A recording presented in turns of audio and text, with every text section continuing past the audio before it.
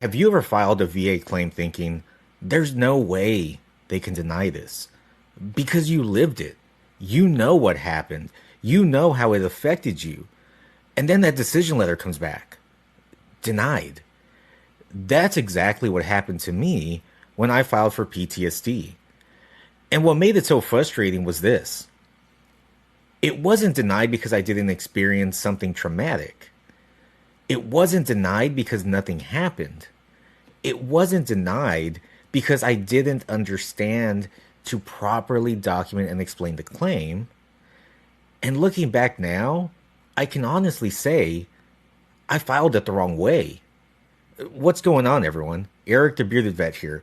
I'm a 100% disabled Air Force veteran, and I've been through this VA process myself. I've had denials. I've had confusions. I've had moments where I felt completely lost trying to figure out what the VA actually wanted from me. And that's why I make these videos. Because if I can help another veteran avoid the mistakes that I made, then sharing my story is worth it. So today I want to talk about why PTSD claim was actually denied, what I did wrong, and what I wish I had understood before I ever filed. Now, before we get into it, make sure you hit the like button, subscribe to the channel, and share this with another veteran who may actually be going through the VA claims process right now themselves, because this one could save somebody from giving up too soon. So here's the thing. When I first filed for PTSD, I thought the claim was pretty straightforward. I had been stationed at Al Udeid Air Base in Qatar. Our shop was actually located near the flight line. And while I was there, we had situations where people would drive as close to the flight line as they could and fire RPGs towards the aircraft. Now, thankfully, while I was there, they never reached or hit the aircraft, but I witnessed it. We would hear it. We saw it happen. And when your shop is sitting near the flight line and you're watching that unfold, your body doesn't just say, well, technically nothing got hit, so you're fine. That's not how it works. In that moment, you don't know what's going to happen next. You don't know if one of those RPGs is going to hit an aircraft. You don't know if things are going to escalate. You don't know if you're safe. For me, that was something that stayed with me. So years later, when I filed for PTSD, I just thought, all I had to do was tell the examiner what I witnessed. And I thought telling the story would be enough. But that's where I was wrong. I walked into that C&P exam thinking, well, I'll just explain what happened and they'll understand. So I told them about Qatar. I told them about being near the flight lines, and I told them what I witnessed by firing the RPG towards the aircraft. I answered the questions as best I could. And when I left, I honestly thought, okay, they have everything that they need. Then the decision letter came back. Denied. And I'm not going to lie, that one hurt. Because when you know something affected you, and then you see the VA deny it, it kind of messes with your head a little bit. You start questioning yourself. You start thinking, maybe it wasn't bad enough. Maybe I didn't explain it the right way. Maybe I'm just supposed to deal with it. Maybe the VA doesn't believe me. And I know a lot of veterans have felt the exact same way. That denial letter can make you feel defeated. It can make you feel like the door just slammed shut. And that's exactly how I felt. Now, I don't know what else to do. I didn't know how to fight it. I didn't know how to strengthen it. I didn't know what evidence I was missing. And honestly, I didn't know that I had options. Looking back now, that may have been the biggest mistake that I've ever made. Because the issue wasn't necessarily that my experience didn't matter. The issue was that I didn't know how to properly build the claim. I didn't understand that PTSD claims the way that I understand them now. I didn't understand that with a PTSD claim, the VA isn't just looking for you to say something bad happened. They're looking for a connection. They're looking for the stressor event. They're looking for evidence to help support the event. They're looking for a current diagnosis. They're looking for symptoms. They're looking for a link. They're looking for that nexus between what happened in service and what you're dealing with now. That's the part that I didn't understand. I thought the C&P exam was here just to see that I was proving everything. And that's not how you should look at it. A C&P exam is not where you want to walk in completely unprepared and just hope that the examiner figures it all out for you, because they may not. You might have a good one, but it's a 50-50 shot. They may not ask the right questions. They may not understand the full context. They may not capture the emotional impact of what happened. And if your records don't support what you're saying, or if your statement isn't clear, or if there's no evidence to back up the stressor, the VA can just deny it. That doesn't always mean that nothing happened. That may mean that the claim wasn't developed properly. And that's a huge difference. Here's what I wish I had done differently. I wish I had written a detailed personal statement.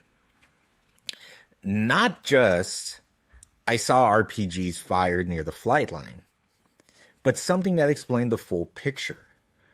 Where I was stationed, where our shop was actually located, what I witnessed, how close it felt, what I feared could have happened, how I reacted in that moment, how it affected me after the fact, how it's affecting me today, how those symptoms continued when I got home, because that all matters.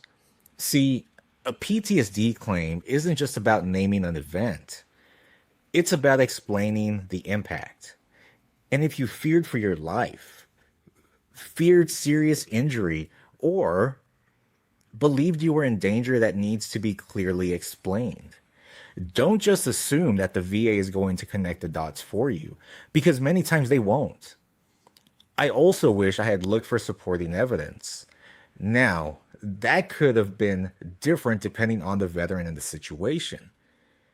It could be deployment records, performance records, location records, unit records, buddy statements, any news reports that you find about it, an incident report, anything that helps show where you were, what was happening, why the events what you're describing is credible. Even a journal with dates explaining what you saw. These are all valuable pieces of evidence. And I wish I had understood the value of buddy statements. Sometimes the people who served with you can help confirm what happened or describe what they saw in afterwards. Maybe you remember the incident. Maybe they remember the environment. Maybe they remember how you reacted. Those statements can matter. But at the time, I didn't know any of that. I just filed the claim and hoped the VA would figure it out. And when they denied it, I stopped. That's another part of this story I really want veterans to hear. I didn't file a supplemental claim. I didn't request a higher level review. I didn't try to gather new evidence. I didn't push back. I just accepted the denial because I didn't know better. And looking back now, I probably should have kept going. I should have reviewed the denial letter carefully. I should have looked at why they denied it. Was it because they said there was no diagnosis? No verified stressor event? No nexus? No evidence? No chronic symptoms? Because the reason for denial, the letters tell you what the VA thinks is missing. But I didn't know how to read those letters back then. I just saw denied and felt like that was the end. And I don't know, so many veterans do the same thing. They file once, they get denied, they feel defeated. Then they walk away from the claim that may have been fixable. So if that's you, please hear me out on this. A denial is not always the end of the road, because it's your roadmap. The VA is telling you what they believe is missing. And once you understand what's missing, you can start figuring out how to fix it. That may be through supplemental claims and new relevant evidence. It may be through a higher level review if you believe that the VA made a clear error based on the evidence already in your file. It may be getting a new proper diagnosis. It may be getting a medical opinion letter. It may be writing a stronger personal statement, maybe even getting a buddy letter. But don't just assume that the denial means that you're done, because I did that and I regret it. Now, I also want to be careful here. PTSD claims are serious, and every veteran's experience is different. This isn't about exaggerating. This isn't about making something sound worse than it was. This is about being honest, detailed, and clear. Because when you've lived through something, you may think the impact is obvious. But the VA, if it isn't documented, explained, and connected, it may not be obvious at all. And that's where veterans get hurt in this process. We just assume the VA understands military life. We assume that they understand what the deployment environment actually feels like. We assume they understand what it means to be near a flight line while RPGs are being fired towards an aircraft. We just assume they'll understand the fear, the stress, the uncertainty. But you cannot assume that. You have to tell the story in a way that connects the dots. What happened? Where you were? When did it happen? Why did you fear for your life or safety? How did it affect you then? How does it affect you now? What symptoms are you dealing with? How has it impacted your work, your family, your sleep, your mood, your relationships, your daily life? Those details matter. And I didn't understand that when I filed. I thought just being honest was enough. Now, don't get me wrong. Honesty is definitely required. But honesty without clarity can still lead to a denial. And that's the lesson I want you to take away from this. If I go back and talk to that version of myself who filed the PTSD claim, I would tell him, don't just file and hope. Prepare, document, explain, get evaluated, understand what evidence matters. Read the denial letter, and if you get denied, don't quit before you understand why. Because the worst feeling is knowing something is wrong, knowing something affected you, but not knowing how to explain it in the language that the VA needs to see. That's exactly where I was. I felt defeated. I felt lost. I knew there was something going on with me. I just didn't know what to do next.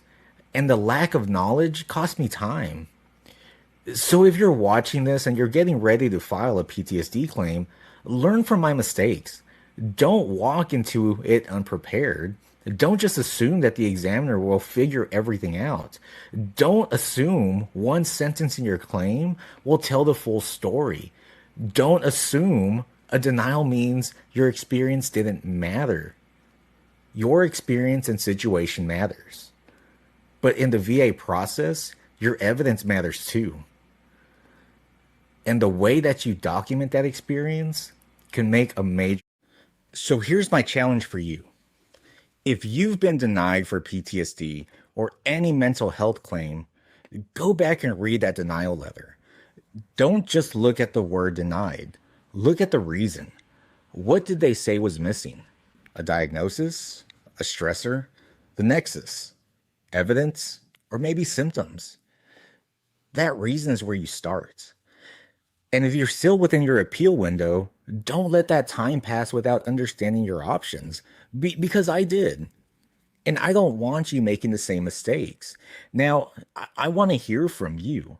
Have you ever had a VA claim denied and then just later realized that you didn't file it the right way? Drop a comment below. And not only does it help me understand what you're going through, but your story may help another veteran realize they're not alone. And then if this video helped you, again, make sure you hit the like button, subscribe, and share it so another veteran can actually hear this information. Because sometimes the difference between a denied claim and an approved claim isn't whether something happened. Sometimes it's whether you knew how to document it properly. This is Eric the Bearded Vet. Thank you for watching. I'll see you next time.